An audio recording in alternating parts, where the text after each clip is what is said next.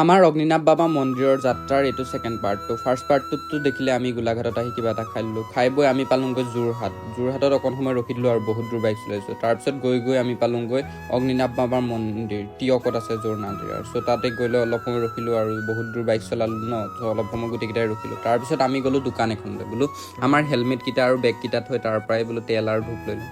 তাৰপিছত ভিতৰত গৈহে গম পালোঁ ইয়াত তেল মানে চাকি জ্বলাব নালাগে, চাকি জ্বলি থাকে তাত ঢালি দিব লাগে। চ' তেল চেল ঢালি আকৌ তাৰ ভিতৰত পানীও ঢালিব লাগে, পানী ঢালিলোঁ। তাৰপিছত আমি ৰখি আছোঁ বাবা দৰ্শনৰ বাবে, মানে ইয়াত বহুত বেছি মানুহ হয় আৰু।